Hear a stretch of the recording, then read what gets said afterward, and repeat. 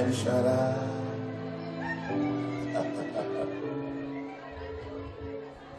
Je te loue et I'm lost in the Holy Ghost. I don't know what to do. I don't know what to say. I'm lost in the Holy Ghost. Et si perdu dans le Saint-Esprit, je ne sais même plus quoi faire. Je ne sais plus. I don't know what to do. I don't know. Oh my God. My God, there is such an anointing here. There is such an anointing here. When you feel the anointing, worship Him. When you feel the anointing, give Him all the praise. It's because of the anointing. It's because of the anointing of the Holy Spirit. It's the anointing of the Holy Spirit.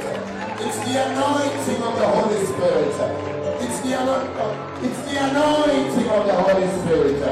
It's the anointing of the Holy Spirit. It's the anointing. It's the anointing. Tu veux acclamer Jésus, acclame-le. Tu veux l'adorer, adore-le. Je ne dois pas te dicter quoi faire. Parce que le Seigneur existe, oh my God. Oh, the Lord is filling this temple this afternoon. Oh, receive your healing wherever you are. Receive your deliverance wherever you are. Receive your restoration wherever you are. Receive your marriage. Receive that breakthrough.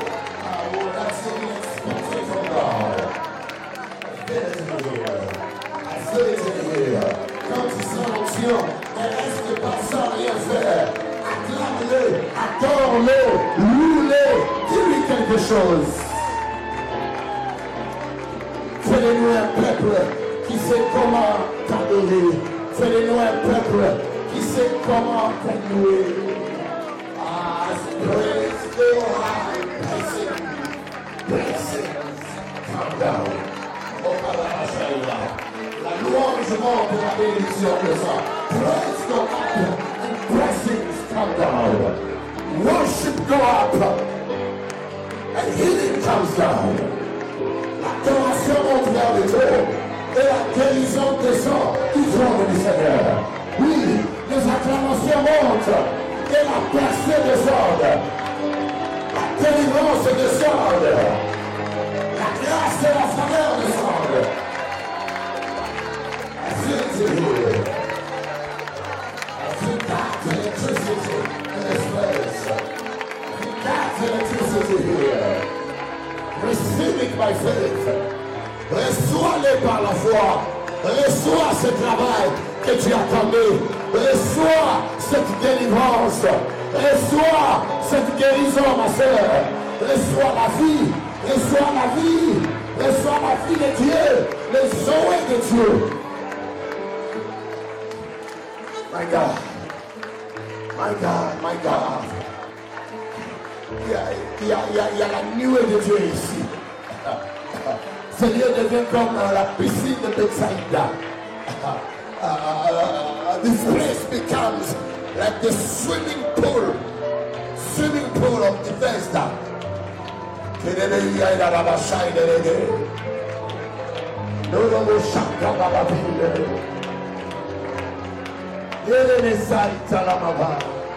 There is such a presence of the Holy Spirit. La présence de Dieu qui descend là, elle guérit les cancers, elle guérit le diabète, elle guérit le diabète, elle guérit le cancer. Oh my God. Oh my God, my God. I don't know what to do. I don't know what to do.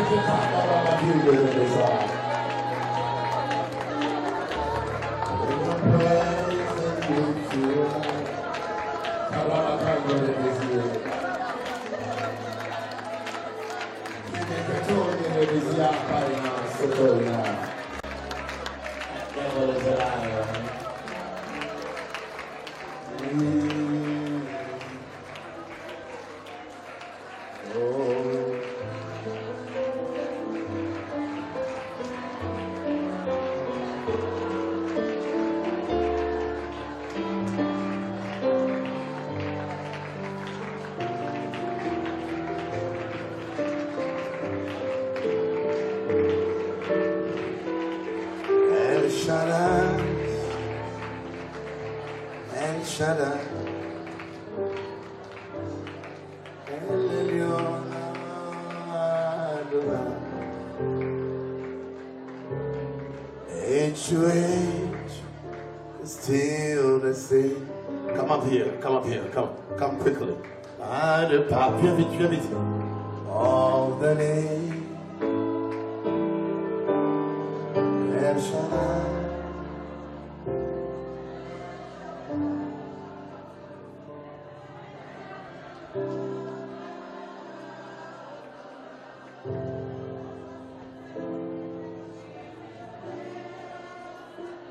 The presence of the Lord is here. The presence of the Lord is here. The presence of the Lord.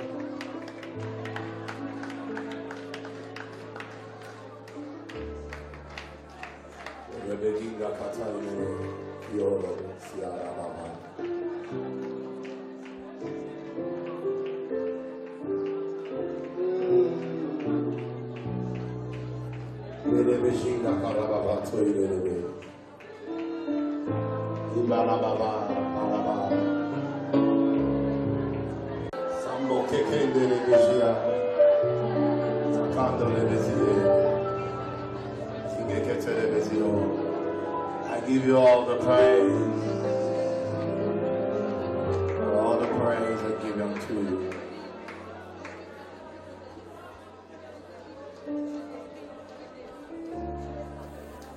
Ça, élève tes mains. Oui, élève juste les mains. Soyez.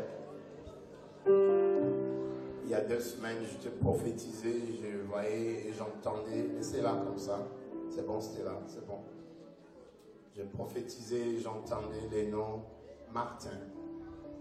Il y a quelques semaines ici. Et le Seigneur me disait qu'il y avait un certain Martin qui était en train de te maudire. Qui avait fait comme le vaudou, lancer le mauvais sort sur toi. Il y a de cela 2 semaines. Et tu l'avais confirmé ici. Je parlais d'un Martin qui est comme ton voisin, qui était tout proche de toi. La prophétie de Dieu était exacte. Et tu me l'avais confirmé, n'est-ce pas, ici? C'est oui? Oui. Voilà. Alors, là, je sens l'onction du Saint-Esprit de Dieu. Parce que moi, je ne connais pas. Je ne peux pas avoir ces informations si ce n'est par l'Esprit du Seigneur. L'Esprit prophétique était sur moi. Et je sens encore cet esprit encore là sur moi. Il est en train de me dire de chasser toutes sortes d'envoûtements que ce Martin a causé dans ta vie. Ce Martin a voulu manipuler ton âme, utiliser ton esprit dans des affaires de médium, dans des affaires comme cela. Je sens cette onction-là. Ferme tes yeux, ouvre juste la bouche, ferme tes yeux, ferme tes yeux. Cette onction-là vient sur toi. Cette onction-là vient sur toi. L'onction là qui chasse les envoûtements des ténèbres. Oh my God. Ce cœur est vide. La bachante de la baïque. Au début, il va katoïne. Aïna la bafoïte. Ala baba kaïne. Je vais prier pour toi 2 fois. C'est la première fois. La deuxième fois, ouvre la bouche. Ça vient encore sur toi. Ça vient sur toi. Ça balaye. Ça enlève toutes les pourritures des ténèbres. Touch in Jesus' name. Kodebe kinga ya karabazo. Vandali de bezito. Namaya. Jamais les séances, si les temps vont se voir au niveau de la construction de préparation. Est-ce que à gauche, à droite, les gens partout là, on peut acclamer pour donner gloire au nom du Seigneur.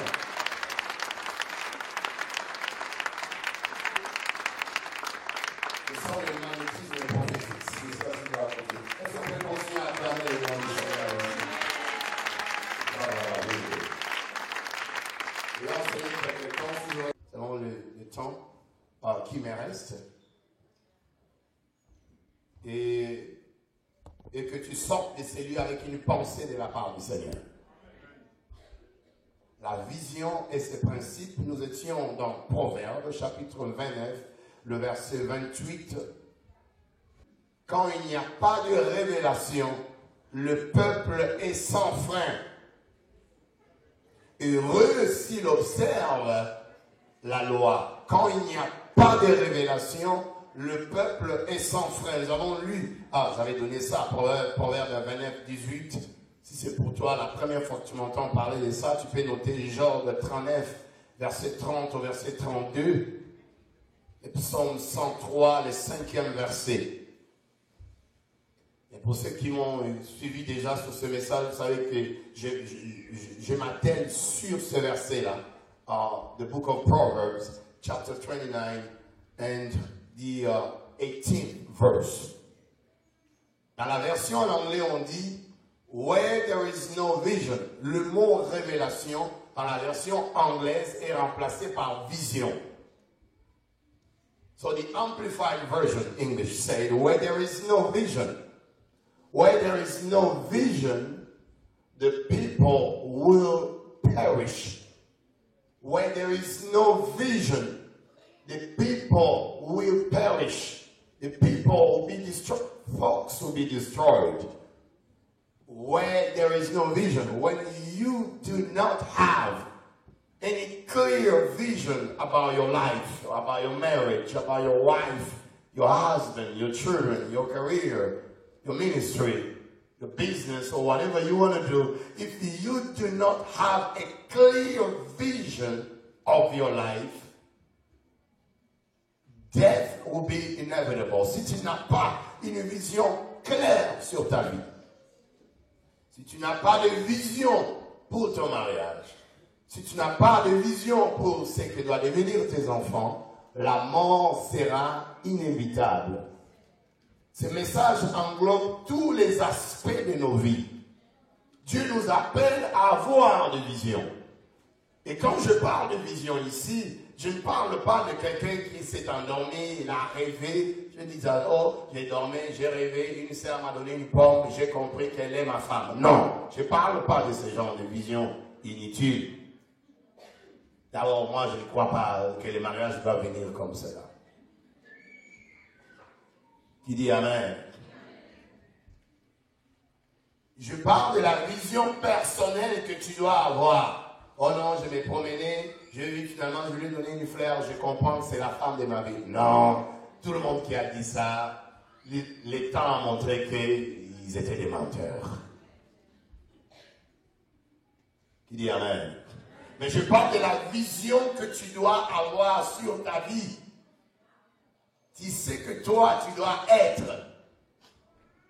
dans 6 mois, dans une année, dans 5 ans, dans 10 ans, dans 20 ans, dans 30 ans. La Bible dit, quand il n'y a pas de vision, le peuple est sans frein. J'ai donné l'exemple d'une voiture qui roule sur les autoroutes, mais qui n'a pas de frein, qui ne sait pas comment s'arrêter. C'est comme ça que tu seras quand tu n'as pas de vision. Tu ne sauras pas comment t'arrêter. Tu ne sauras pas examiner ta vie.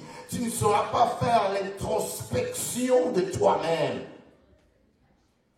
Because you don't know where you're coming from, you don't know where you are, and you have no clue about where you are going. When you don't have any vision, that's the way you're going to be. Like a car who doesn't have a brake, doesn't know how to stop. Quand il n'y a pas de vision, on ne saura pas comment s'arrêter. Quand il n'y a pas de vision, on ne saura pas comment freiner. Quand il n'y a pas de vision, j'ai donné plusieurs définitions de la vision. Je retiens là juste une seule pour cet après-midi. Après, je vais avancer. La vision, c'est quoi? C'est la capacité de penser et de planifier l'avenir avec sagesse et imagination. La vision, c'est la capacité de penser. C'est la capacité de planifier l'avenir avec sagesse et imagination. When we talk about vision, we are talking about the ability to think and plan your future with wisdom and understanding. It's the ability to think about your life, to reason about your life, to reason about your future, about the future of your kids, about your career, where you are going to be, where you are to become, when you do have a vision, it's the God's given ability to think about the future, to think about your tomorrow, to think about what your kids are going to be. You've got to have a vision about your life. Tu dois avoir la vision. La vision, c'est la capacité de penser et de planifier l'avenir avec sagesse et imagination.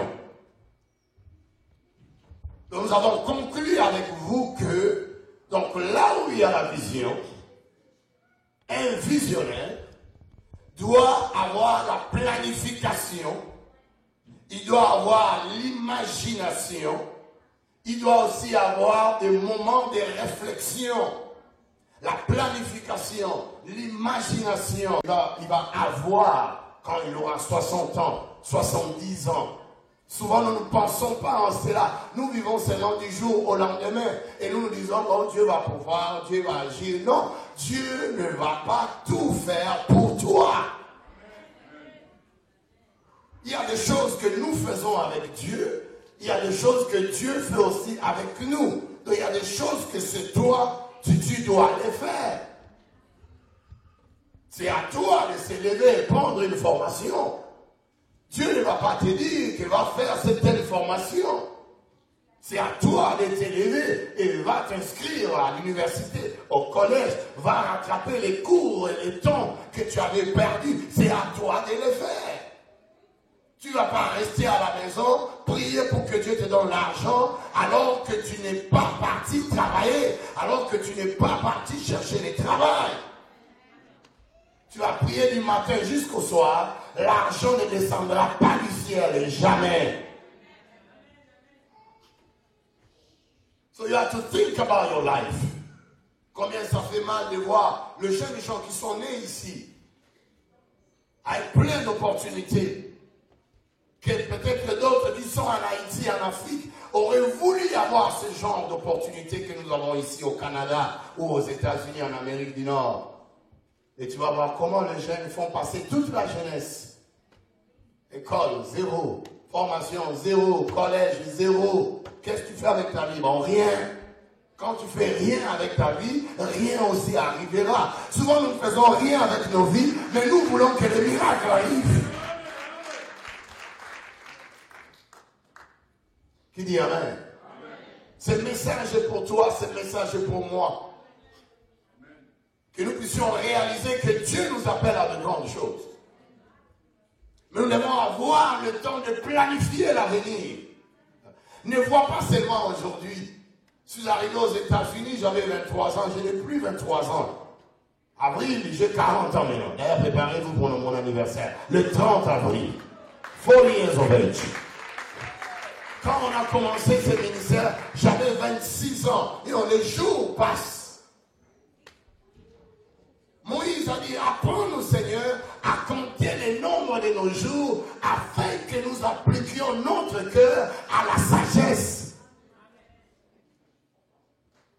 Tu dois prendre le temps pour penser sur ta vie, sur même ta santé. Quand tu auras 60 ans, 70 ans, 80, quel genre de vieillesse tu auras? Mais si tu ne sais pas courir, si tu ne sais pas faire la marche, si tu ne sais pas brûler toutes les affaires que nous mangeons ici avec plein de sucre, plein de sel, plein de sucre, tout, mais ne sois pas surpris que le médecin vienne te dire un jour, voilà, tu es diabétique. Tu dis Amen.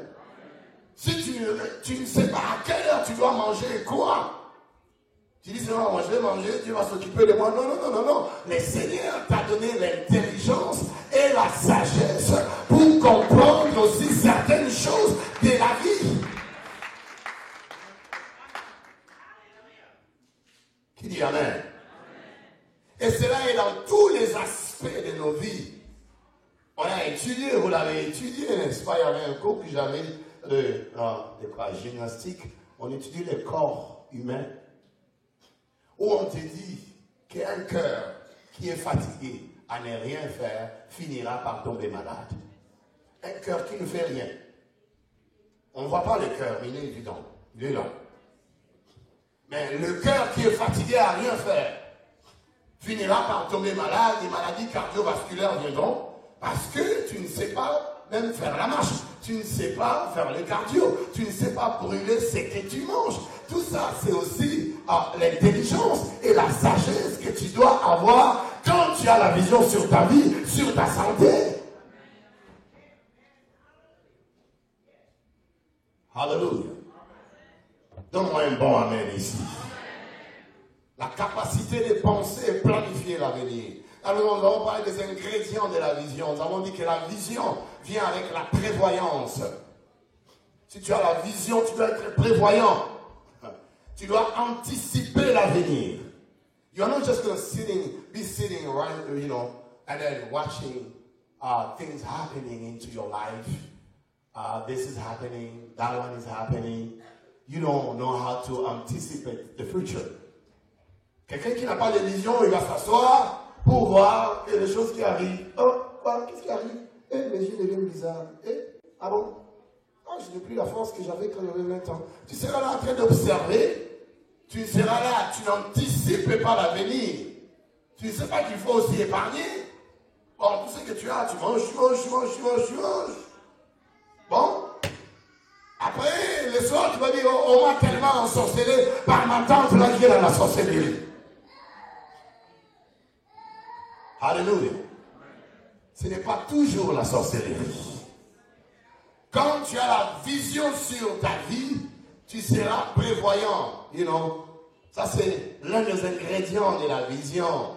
La prévoyance, c'est regarder à travers un télescope, à travers une lunette d'approche qui t'aide à voir les choses qui sont au loin et tu les ramènes tout près de toi.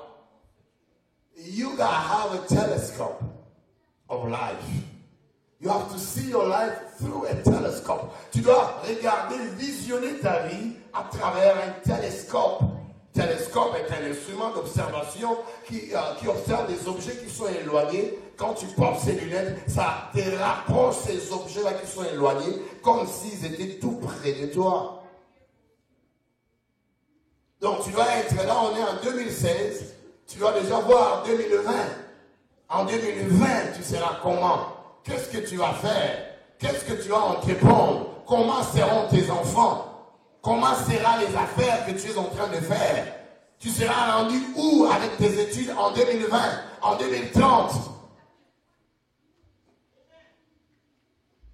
Quand tu es un visionnaire, tu vas voir de loin l'avenir et tu vas anticiper. Tu ne vas pas subir les conséquences de l'inactivité ou de rester à rien faire. You're going to be able to anticipate things. Tu seras à même d'anticiper. Tu dois regarder ta vie à travers un télescope de la vie et voir l'avenir si tu as une vision. Et tout être humain est capable de le faire. Le deuxième ingrédient de la vision, on avait dit, tu dois avoir un aperçu de choses. C'est avoir un aperçu révélateur de choses. Tu dois regarder ta vie à travers un microscope. Tout le monde ici, on sait ce que c'est un microscope. Un microscope, n'est-ce pas? Ça t'aide à voir les choses dans même les microbes les plus petits. Quand tu regardes ça à travers le microscope, tu vois tout en détail. Donc là où il y a la vision, il y a la planification, il y a la réflexion, il y a l'intelligence. Là où il y a la vision, il y a un microscope de ta vie où tu observes ta vie minutieusement dans tous les détails de ta vie. Aucun ange ne le fera pour toi. Dieu non plus ne le fera pas pour toi. C'est à toi de le faire. Les détails de ta vie. Les détails sur la vie de tes enfants. Les détails. Aujourd'hui, il a une année, mais ce n'est pas chaque jour qu'il aura une année. Les détails de ta vie. Tu dois être à mesure d'observer les détails de ta vie. Je viens d'où? Je suis où? Je m'en vais où? Where am I coming from? Where am I standing now? And where am I going? Tu vas être à même de le faire, d'observer. Ça va te révolutionner. Ça va te pousser à l'action. Ça va te pousser à faire quelque chose. Quelqu'un peut dire, je vais devenir un médecin, mais tu dois regarder les détails de ta vie. Est-ce que tu es fort dans les maths, dans la biologie, toutes les affaires compliquées qui nous compliquent souvent la vie là? Est-ce que tu es fort en ça? On dit que les enfants des Noirs ont souvent des problèmes dans les maths. Je ne sais pas pourquoi, mais je chasse ça quand même au nom de Jésus. Qui dit Amen. Quand tu as la vision, tu dois avoir un aperçu des choses dans tous les aspects de ta vie, in every aspect of your life. Et le troisième ingrédient de la vie que j'avais dit, c'est un rétroviseur. En anglais, j'appellerais ça comme un hindsight. You gotta have an hindsight. Un rétroviseur. Une vue de la main, un rétroviseur. C'est comme un rétroviseur qui t'aide à voir des choses qui se trouvent derrière toi, à gauche, à droite. Parce que tu dois savoir qu'est-ce qui est derrière moi quand tu as la vision. Tu dois savoir qu'est-ce qui est à ma gauche. C'est quoi là à ma gauche? C'est quoi là à ma droite? Les rétroviseurs de nos voitures nous aident à voir. Tu ne peux pas juste conduire devant, sans regarder à gauche, ni regarder à droite, ni regarder derrière. Tu vas faire un accident. Tu vas être en mesure de voir la voiture qui est à ta gauche, n'est-ce pas? Tu vas être en mesure de jeter un coup d'œil à la voiture qui est à ta droite. C'est pour cela qu'on a mis les rétroviseurs.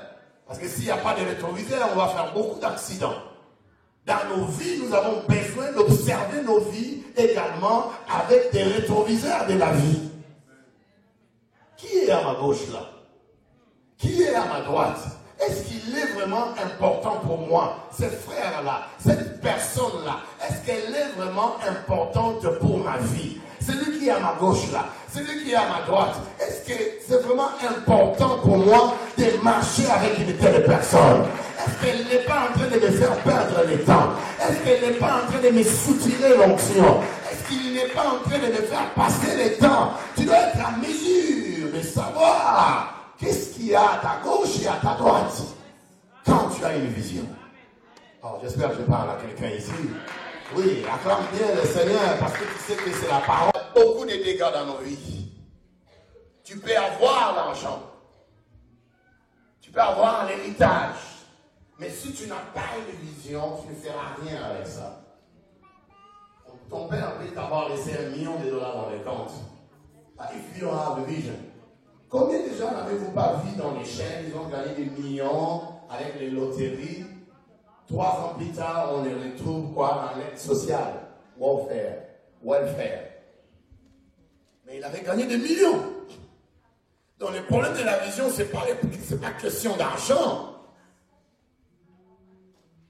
C'est l'habilité de planifier l'avenir. Qui dit Amen. Quand il n'y a pas de vision, un homme sans vision est un homme qui n'aura aucun avenir. Une femme sans vision est une femme qui n'aura aucun avenir, même pour son mariage, même pour son mari. Oh, il veut se marier, elle veut se marier. Tu sais, quand on n'a pas de vision, ce qui arrive, quand il n'y a pas de vision, tu iras toujours dans ton passé. Dans ton passé. Quand tu n'as plus de vision, you will always go back into your past. You're going to return into it. When I was 20 years of age, when I was 25, man, those days were glorious. I had a beautiful job. I had an incredible boyfriend. La culpabilité de l'échec, de l'éventuel échec qui est là. Tu vas toujours retourner dans le passé. Ton passé sera une zone de confort. Quand mon père était là, un homme d'affaires, on ne manquait rien à la maison. Vraiment, ces jours-là me manquent. Quand tu n'as pas de vision, tu vas toujours retourner dans le passé. Je vous donne l'exemple de quelqu'un quand tu as donné la vision. Nous lisons Exode, chapitre 3, le verset 7 et 9. The book of Exodus, chapter 3, verse number 7 to verse number 9. Regarde quand tu donnes la vision. Est-ce qu'on nous l'a balancé? Est-ce qu'on peut lire ensemble avec vous à haute voix, s'il vous plaît? Ready, go. L'Éternel dit, lisons, j'ai vu la souffrance de mon peuple qui est en Égypte et j'ai entendu les cris que lui font pousser ses oppresseurs. Car je connais ses douleurs. Élève la voix, le verset qui suit. Je suis descendu pour les délivrer de la main des Égyptiens. On y va. Et pour les faire monter de ces pays dans un bon et vaste pays, dans un pays où coulent les laits et le miel, n'est-ce pas? Dans le lieu qu'habitent les Cananéens, les Étiens, les Amoréens, les Phérésiens, les Hébriens, les Jébusiens. Tu vois la vision? Dieu parle à Moïse. Le peuple d'Israël est en esclavage en Égypte, n'est-ce pas? Maintenant, Dieu descend dans le désert de Madianite. Il lui parle à Moïse. Suis-moi maintenant très bien. Il s'adresse à Moïse. Il dit, j'ai vu la souffrance de mon peuple. J'ai vu comment Pharaon est en train de leur faire souffrir. J'ai vu ça. Alors moi, Dieu, je suis descendu pour les délivrer. Ça, c'est le présent. Il dit, je suis descendu pour délivrer mon peuple Israël qui est en esclavage en Égypte. Dieu ne se limite pas à les délivrer. Qu'est-ce que Dieu promet? Qu'est-ce que Dieu veut faire? Il dit, pour les délivrer et pour les amener. Tu vois la vision? Pour les amener, comme dans un futur, pour les amener dans un bon et un grand et un vaste pays. Écoute la vision. Le pays là sera comment? Le pays là, Moïse, sera un pays où coulent les laits et les miels. Est-ce que quelqu'un comprend la parole ici? Quand Dieu parlait à Moïse, Moïse n'avait pas les laits et les miels qui coulaient là où il était. Dieu lui a donné la vision de la délivrance d'Israël. Et Dieu lui a dit où Israël va aller. La destination finale d'Israël, c'est quoi? Un pays grand, un pays vaste, un pays où coulent les laits et les miels. Ça, c'était la vision que Dieu avait donnée à Moïse pour le peuple d'Israël. Maintenant, quand ils ont reçu la délivrance, tout Israélite avait ça dans la tête. Nous allons dans un pays où coulent les laits et les miels. Nous allons dans un pays où coulent les laits et les miels. Même quand ils traversent le désert, ce n'est pas un problème le désert là. Nous allons dans un pays où coulent les laits et les miels. Dans le désert, il y a des serpents. Ce n'est pas nos affaires. Nous allons dans un pays grand où coulent les laits et les miels. Tu dois savoir où tu vas quand tu as la vision. Parce que si tu sais où tu vas, tu seras motivé, ma soeur. Tu seras motivé, mon frère. Tu ne commettras pas d'erreur. Tu auras un objectif clair dans ta tête. Because you know where you're coming from. You know where you are. And you know for sure where you're going. Dans un pays où coulent les laits et les miels. Maintenant, lorsque Israël a perdu la vision, quand ils ont perdu la vision dans les déserts, regarde maintenant ce qui est arrivé. Exode chapitre 32. Exode 32. Lorsqu'ils sont sortis d'Égypte, ils avaient la vision d'aller dans un pays où coulait le miel qui est Canaan.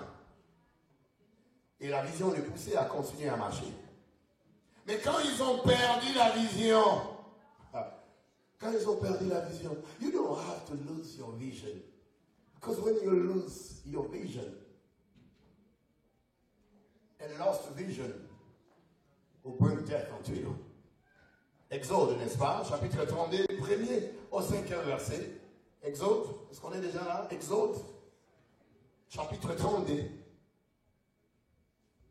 On peut lire à haute voix. Lisons. Là, quand il n'y a plus de vision, c'est qui arrive. Lisons. Le peuple, voyant que Moïse tardait à descendre de la montagne, s'assembla autour d'Aaron et lui dit, allons, fais-nous un Dieu qui marche devant nous, car c'est Moïse, cet homme qui nous a fait sortir d'Égypte. Nous ne savons ce qu'il est devenu. Tu peux Le verset qui suit, go. Aaron leur dit, Aaron aussi, Aaron leur dit, ôtez les anneaux d'or qui sont aux oreilles de vos femmes, de vos fils et de vos filles, et apportez-les-moi. Le verset qui suit, et tous ôtèrent les anneaux d'or qui étaient à leurs oreilles, et ils les apportèrent à Aaron. Verset qui suit, il les reçut de leurs mains. Continue, lis. J'étais alors dans un moule et fit un veau en fonte, un veau d'or. Et il dit à Israël, vous pouvez croire ça, il dit à Israël, voici ton Dieu qui t'a fait sortir d'Égypte. Can you possibly believe that? Quand il n'y a pas de vision, Moïse il parle avec Dieu dans la montagne, sur la montagne. Le peuple reste avec Aaron. Le peuple a perdu la vision. Le peuple ne sait plus quoi faire. Il a dit, c'est Moïse là, nous savons ce qu'il est devenu. Suis-moi ici. Nous savons ce qu'il est devenu. Aaron, fais-nous un Dieu qui habite parmi nous. Il leur dit, amenez les bijoux. Ils apportent les bijoux. De ces bijoux, il va faire un veau d'or. Après, le peuple a commencé à dire, voici ton Dieu. Les dieux que eux ont fomentés avec les mains. Vous voyez comment le peuple défend, comment nous sommes. Vous voyez l'ingratitude que nous avons souvent. Le peuple a commencé à dire, de ce veau d'or qui est sorti de leurs bijoux, boucle d'oreille, voici ton Dieu qui t'a fait sortir d'Égypte. Danse devant lui. Le peuple a commencé à danser. Quand il n'y a pas de vision, lorsqu'il y a la crise de vision, lorsqu'il y a une perte de vision, nous allons construire des veaux d'or. Je ne sais pas à qui je parle. Quand tu perds la vision, tu vas construire, tu vas bâtir des veaux d'or, un veau d'or. Quelque chose que toi tu as bâti, tu commences à dire, c'est lui mon Dieu, c'est lui qui m'a guéri, c'est lui qui m'a délivré. Tous les miracles qu'ils avaient vus en Égypte, que Moïse a fait au travers d'eux, ça ne leur disait plus rien. Quand il n'y a plus de vision, tu vas bâtir un veau d'or. Quand il n'y a pas de vision, on va construire des veaux d'or. On dira que c'est ce veau d'or-là qui nous fait du bien, qui nous guérit. On dira toutes ces choses-là. On dira cela. Quand il n'y a plus de vision, tu vas te perdre même à l'église. Tu ne sauras plus la raison pour laquelle tu viens à l'église. Au lieu d'adorer le Seigneur, au lieu de louer le Seigneur, au lieu d'écouter la parole, comprendre que l'église, le pasteur doit te préparer à la rencontre du Seigneur. Quand la trompette sonnera, à la voix d'un archange, au son de la trompette, descendra du ciel, le Seigneur, les morts en Christ ressusciteront, et si nous serons vivants, nous irons à la rencontre du Seigneur. Ainsi, nous serons avec lui d'éternité en éternité, d'âge en âge. Quand tu viens à l'église, tu dois avoir cette vision-là d'éternité. Mais si tu n'as plus la vision, tu vas te perdre. Tu vas bâtir un veau d'or.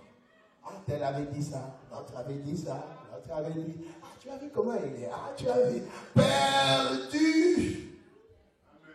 Mais dans l'église, quand il n'y a pas de vision, tu vas retourner dans ton passé.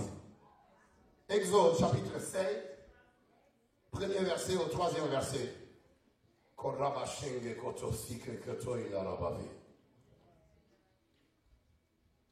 Regarde ce qui arrive. Quand il n'y a plus de vision, when there's no more vision. Exode 16, n'est-ce pas? Quand il dit que quand il n'y a pas de vision, on va retourner dans notre zone de confort. Lisons, s'il vous plaît, go. Toute l'assemblée des enfants d'Israël, ils arrivèrent au désert de Sin, qui est entre Élim et Sinaï, le 15e jour. Les enfants d'Israël leur disent, écoute quand il n'y a plus de vision, écoute ça, écoute ce verset-là, lisons à haute voix. Les enfants d'Israël leur disent, que ne sommes-nous morts dans la main de l'Éternel dans le pays d'Égypte quand nous étions assis près des pots de viande, quand nous mangions du pain à satiété C'est le passé que tu vas glorifier. Dans notre verset, c'est grave. Ils ont commencé à dire, ah, les concombres d'Égypte nous manquent. Les concombres, là, qu'est-ce qu'il a manqué? Des pots de viande. Un peuple que Dieu délivre après 430 ans de l'esclavage égyptien. Ils étaient des esclaves, ils étaient des va-nu-pieds, ils étaient de n'importe, ils étaient rien là-bas. Dieu, quand il n'y a plus de vision, tu vas toujours retourner dans ton passé parce que le passé sera une zone de confort pour toi. Qui dit amen? Dans la vie, tu seras dirigé soit par ton passé ou par ton avenir. Je le redis encore. Dans la vie, ici, mon frère, ma soeur, tu seras dirigé, tu seras dicté, tu seras conduit soit par ton passé ou encore par l'avenir. Mais si tu es conduit par ton passé, tu ne feras aucun progrès. Alléluia. Je dis alléluia. Parce que ce qui est passé est déjà passé. Le passé ne reviendra pas. Le passé ne reviendra plus. Qu'il ait été bon ou mauvais, ce qui est passé est passé. Ça ne reviendra plus. Un visionnaire ne peut pas rester accroché au passé, aux exploits qu'il a fait hier, aux choses qu'il a réalisées hier. Un visionnaire sera conduit par l'avenir. Oh, donne-moi un bon amen. Si tu es conduit par le futur, tu feras beaucoup d'exploits et beaucoup de progrès. Ton passé ne reviendra plus jamais. Tu dois voir le futur. La seule façon de le faire, c'est d'avoir une vision. Là où il n'y a pas de vision, la mort sera inévitable. Hallelujah. You gotta have a vision. You must be driven by a clear, God-given vision. If you don't have it, you're going to glorify the past. The past will never come back again. Tu vas glorifier le passé. Ah, cette époque-là. Après, tu vas bâtir un veau d'or, même à l'église. Un veau d'or, même dans ta maison. Un veau d'or. Tu seras là, le veau d'or, et puis le passé. Le veau d'or, ah, c'est Dieu qui m'a délivré. Ah, c'est Dieu qui m'avait donné ce travail-là. Quand tu n'as plus de vision, c'est ce qui arrive. On commence à blasphémer comme ça. Non, c'est pas seulement vous, hein. C'est ça qui m'a donné ça. Ne te glorifie pas parce que c'est Dieu qui donne toutes choses. Qui dit encore amen. Quand il n'y a pas de vision, on sera conduit par le passé. Mais un visionnaire anticipe. Un visionnaire voit loin. Je vous ai parlé de la vision de l'aigle, de la vision d'aigle. Il voit au loin, à 2 kilomètres de loin, il peut discerner les mouvements d'un animal. La vision de l'aigle. Il voit l'avenir. Il ne voit pas aujourd'hui, mais il voit déjà dans 5 ans ce qu'il va devenir. Il voit déjà dans 10 ans ce qu'il va devenir. Il voit déjà dans 30 ans ce qu'il va devenir. Voilà pourquoi je parle ici en tant que prophète de Dieu, en tant que pasteur de Dieu. Je l'ai racheté. Nous, les pasteurs, nous avons une grande vision. Une vision de dépeupler l'enfer et peupler le ciel avec les âmes de toutes tribus, de toutes nations, de tout peuple et de toute race. Et nous n'allons pas nous limiter seulement ici, là, à Montréal, non, jamais. Nous avons la vision de bâtir une grande cathédrale pour Dieu à Longueuil, à Laval, à La Salle. Et nous le ferons parce que nous avons un grand Dieu. La Bible ne dit pas qu'avec Dieu, nous ferons des exploits. Et il fera quoi? Il écrasera nos ennemis. J'ordonne maintenant à toute forme de tes ennemis d'être écrasés sous tes pieds dans le nom de Jésus. J'écrase la sorcellerie, j'écrase la pauvreté, j'écrase le célibat, j'écrase les manquements, j'écrase les vaudous, j'écrase le monde des ténèbres. Je les écrase dans le nom de Jésus. Ils viendront contre toi par un seul chemin. Ils retourneront par ce chemin parce que Dieu est avec toi. Oh, acclame bien le Seigneur avec des cris de joie ici. Tu dois avoir une vision, jeune femme. Tu as 20 ans, c'est pas chaque jour que tu auras 20 ans. Ne perds pas ton temps avec quelqu'un qui ne t'amène nulle part. Ne perds pas ton temps avec un ami qui t'amène nulle part. Je dis ici, on peut prier dans la même église, mais pas nécessairement être des amis. Qui dit encore amen? Parce qu'un visionnaire doit savoir avec qui marcher et avec qui ne pas marcher. Parce que des paroles ont aussi des poisons. Tu peux marcher avec quelqu'un qui n'a pas la vision et il va t'empoisonner.